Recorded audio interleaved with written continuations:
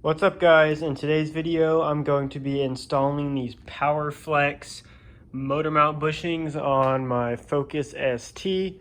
Basically what these do is they're inserts that go inside of the factory motor mounts, so you don't have to replace the whole entire motor mount, but then you still get the benefits of getting a new one. And both of these together were under $100, as were like the two motor mounts. If you get a whole new motor mount, it's around like $500 or $600. So it's not really worth it for me to spend that much, but I still want some of the benefits. So these help you get those benefits, and they also don't give you as much vibration and everything, but they should help. As you can see, I guess you can kind of see it through in the package there, but they're like yellow and purple.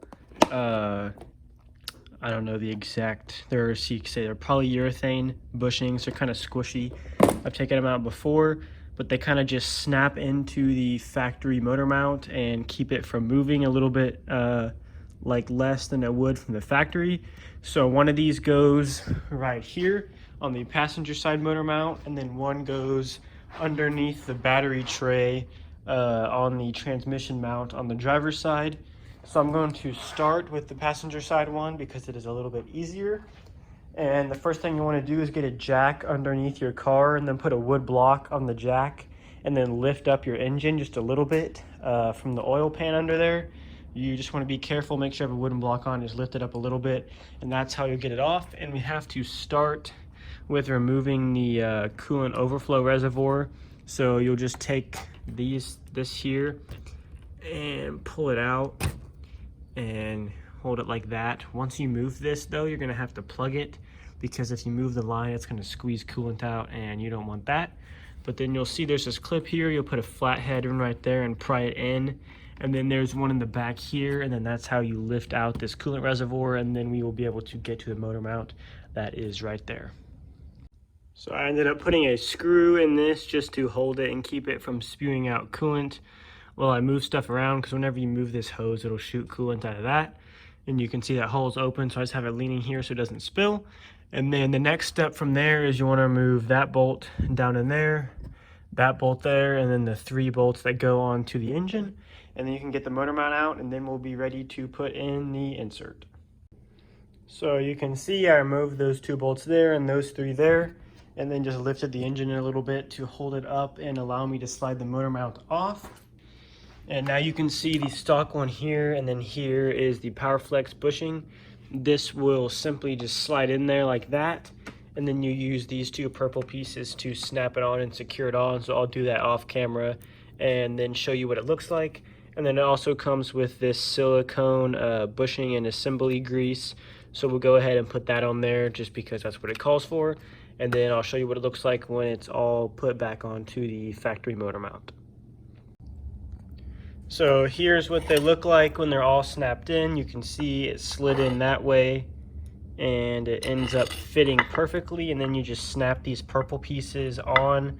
I added some grease around it that they provided just to make it easier. And you can see that all snaps in there like that, and it'll sit in the engine bay like that on the engine. So I'm going to go ahead and put it back how I found it, and then I'll show you what it looks like when it is all finished.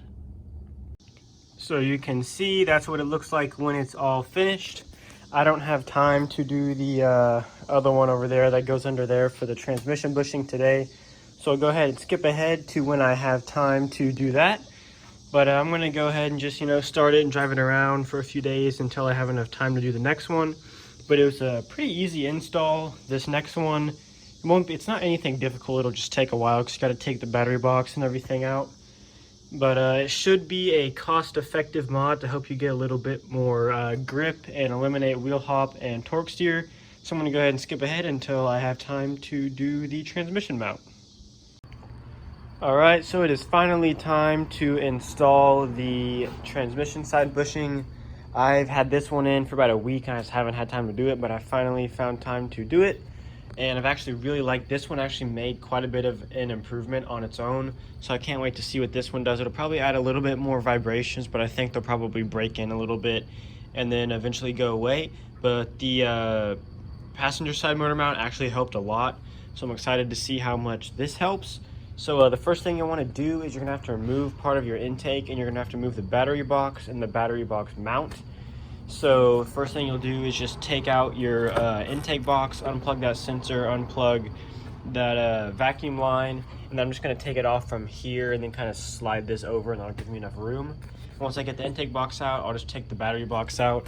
You got to just take this cover off, and then there's a cover back in there, and then just take your battery terminals off, and then you just slide this piece up and out, and the battery will slide out after you remove the battery tie down, of course. And then there's 3 bolts down in the bottom of the battery box. That's what you use to remove it, and once that's out, then you can move the battery tray, and then we'll be to the motor mount. So I'm going to go ahead and get all of that done, and then I'll show you how to put the motor mount in. So the battery box is out, and you can see this is the battery plate here. There's just 4 bolts. There's one there, there, and there. Once you get that out, you can get to the transmission mount. So go ahead and take that out, and then I'll show you how to take the transmission mount itself off. So now that the battery plate is out, we just can take off this bolt here and get the transmission mount out. And after that, we will just disassemble the mount separately, and that's when we'll put in the inserts. Just go ahead and take out that center bolt and get it out, and then you'll do the rest of it outside of the car. So once the mount is out of the vehicle, remove these 2 bolts here, and then that's where we will be able to put in the insert. So you'll see on the bottom of the insert, that's where this piece will go. You can see it only fits a certain direction, so you will just put that in there and slide that in on the bottom of the mount. And then when you flip it over, that's where you will put in this piece here, and then you'll just bolt this piece down back on top of it, and then it'll be ready to go back in the car. So here's what it looks like when it's done. You might need to use like some water or cleaning spray to kind of help lube it up and put it in there, but you can get the tops back on, and there is the insert all in. So now it's just time to bolt it back in the car and put everything together and see how it performs.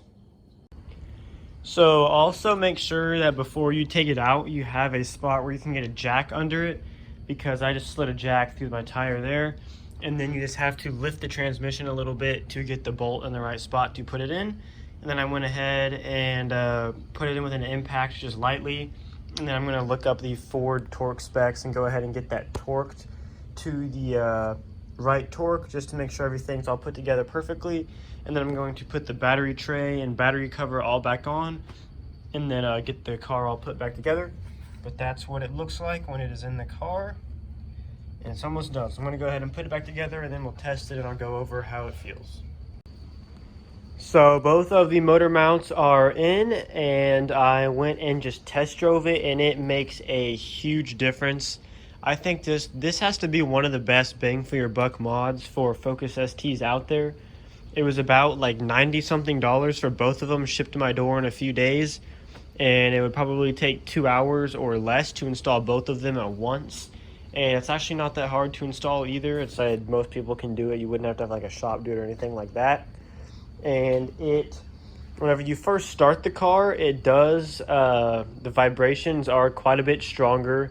And whenever you are engaging the clutch, if you kind of don't rev it up enough, it will shake a lot more aggressively.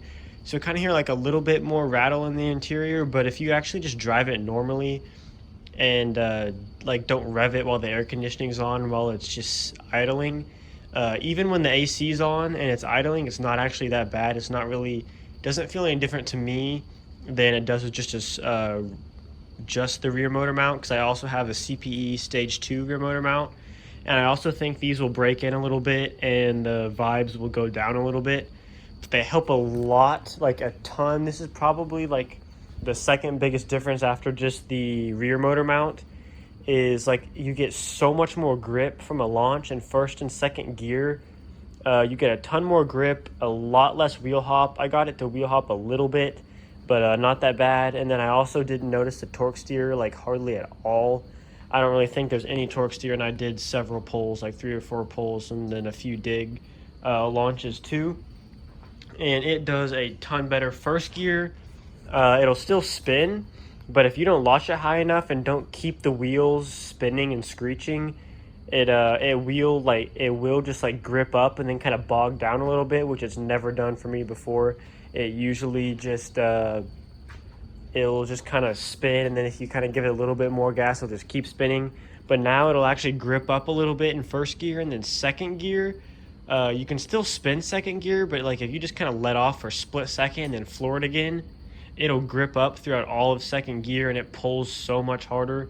And second gear is like actually usable now, which is makes the car so much more fun.